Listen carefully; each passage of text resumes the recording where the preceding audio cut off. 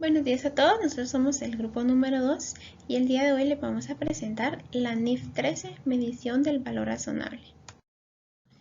Objetivo. El objetivo de esta NIF es definir el valor razonable, así como establecer una sola NIF para la medición del valor razonable, así como que requiere información a revelar sobre las mediciones del valor razonable.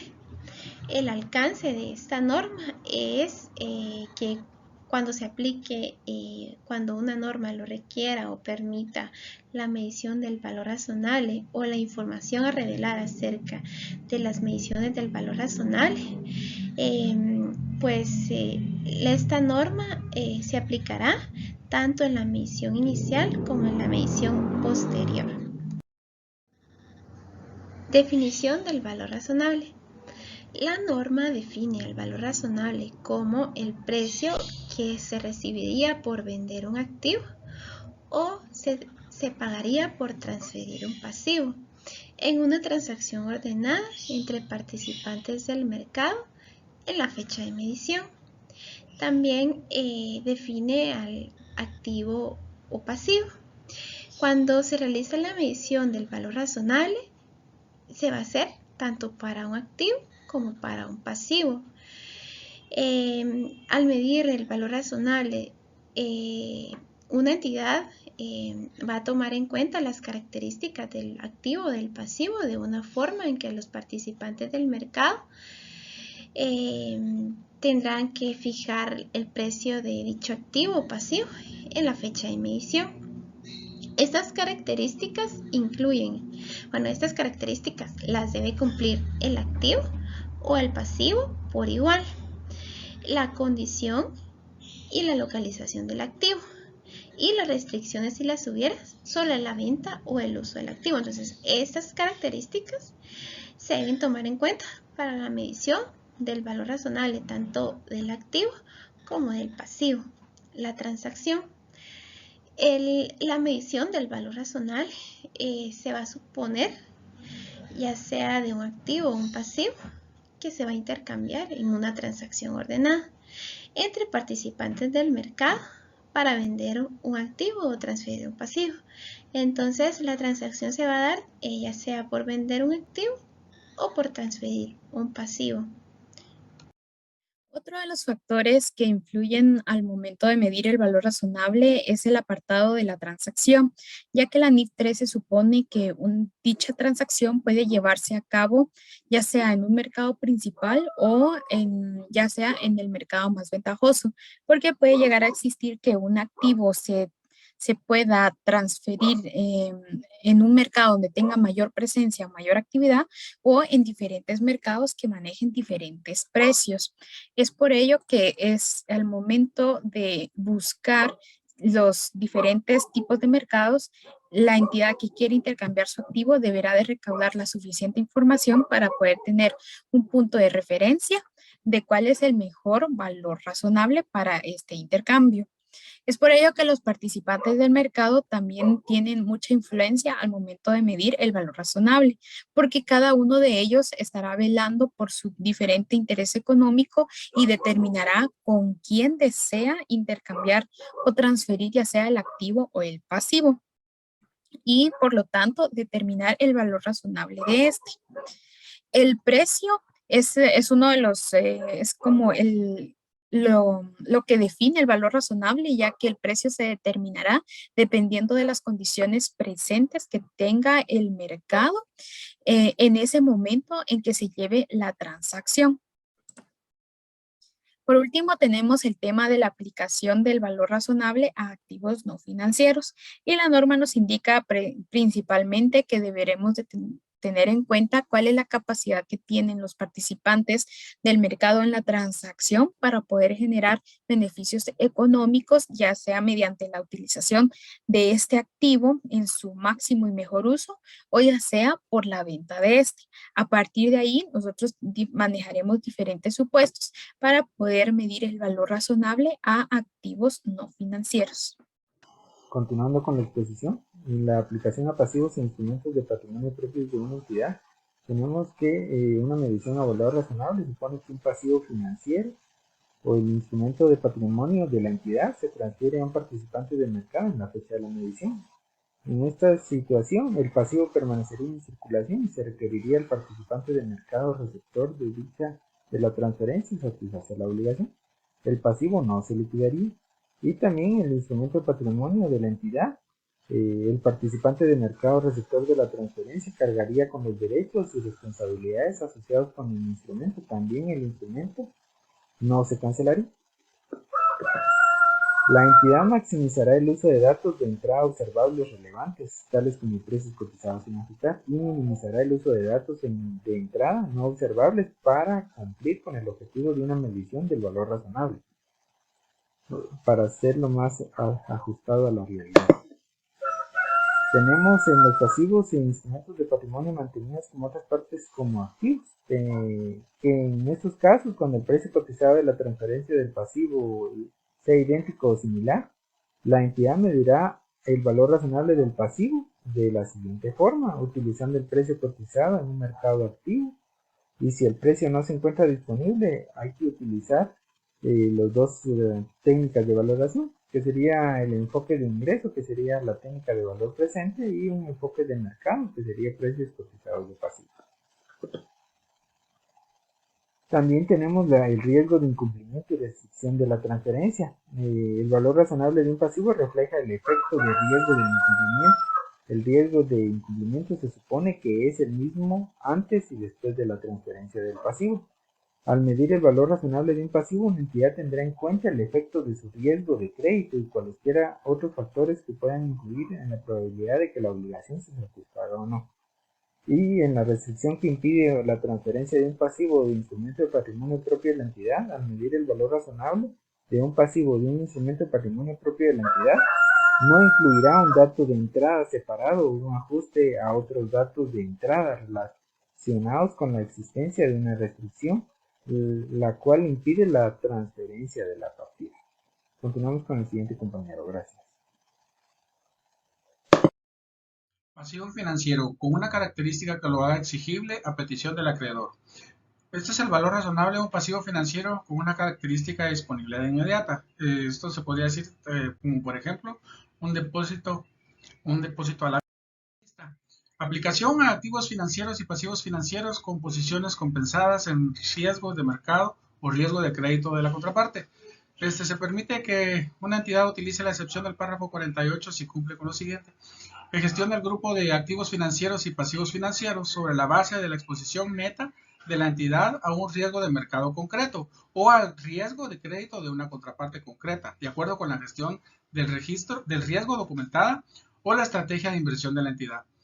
B. Proporciona información sobre esta base sobre el grupo de activos financieros y pasivos financieros al personal clave de la gerencia.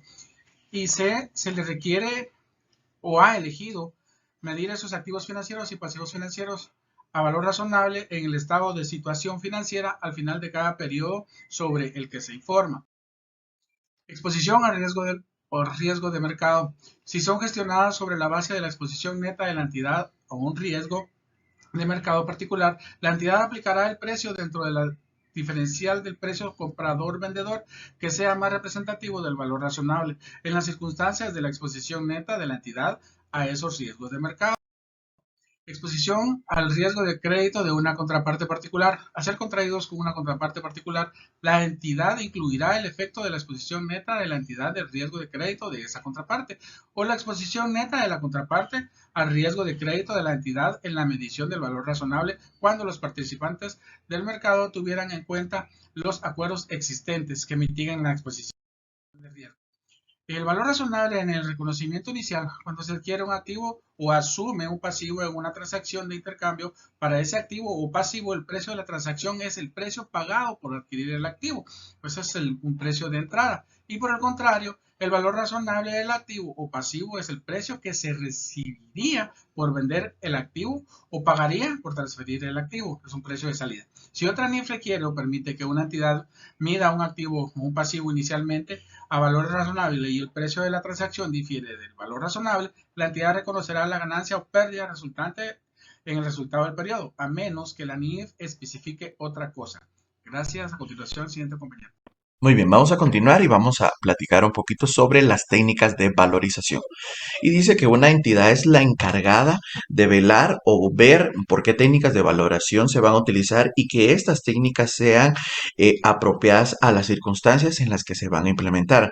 Y algo que nos especifica bien la norma es de que existan datos suficientes y disponibles para medir el valor razonable de aquellos activos o de aquellos pasivos de los cuales se les va a aplicar esta medición, maximizando el uso de datos de entrada observables que sean relevantes y en la medida de lo posible, pues minimizar el uso de datos de entradas que no son observables. Es decir, debe haber suficiente información para poder aplicarle un valor razonable o una medición del valor razonable a los activos o a los pasivos que estemos midiendo en ese momento.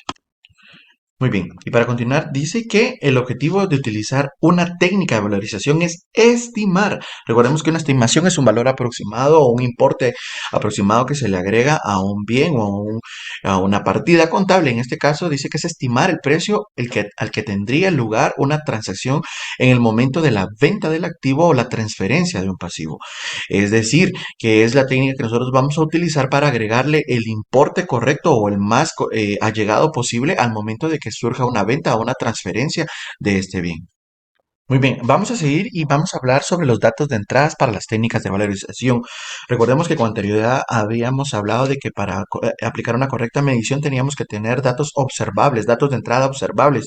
¿Y dónde podemos tener estos datos o en qué tipo de mercados podemos tener estos datos? Y algunos de ellos son, por ejemplo, los instrumentos financieros, que incluyen mercados de intercambio, mercados de intermediarios financieros, mercados intermediados por agentes de corredores y mercados de principales. También la norma nos especifica que ella es la encargada de buscar los datos de entrada observables que sean congruentes a las características de un pasivo o de un activo.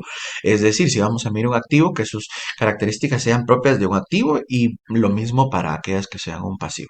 También vamos a platicar un poquito sobre los datos de entrada basados en precio de comprador y vendedor. Y dice que si un activo o un pasivo medido al valor razonable tiene un precio de comprador y un precio de vendedor, esto se da mucho en el mercado financiero intermedio, dice que el precio o la diferencia de precio entre el comprador y el vendedor es el que se va a utilizar como valor razonable. Los dejo con mi compañera, muchas gracias.